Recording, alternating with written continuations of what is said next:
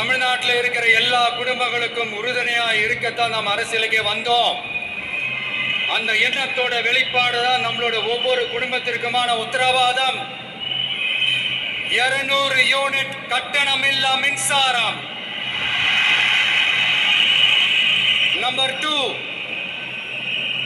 என்னோட பாட்டி, அம்மா, அக்கா, தங்கச்சிங்க எல்லாரும் தமிழ்நாட்டில் எல்லா இடத்துக்கும் அனைத்து அரசு பேருந்துகளிலும் கட்டணம் இல்லாமலே போகலாம்.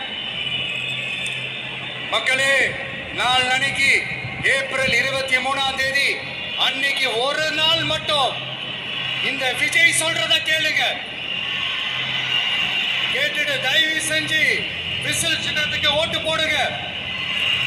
அடுத்து வர 5 வருஷம், அது என்ன 5 வருஷம், அடுத்து வர எல்லா வருஷமும் நீங்க சொல்றத நான் கேட்கிறேன்.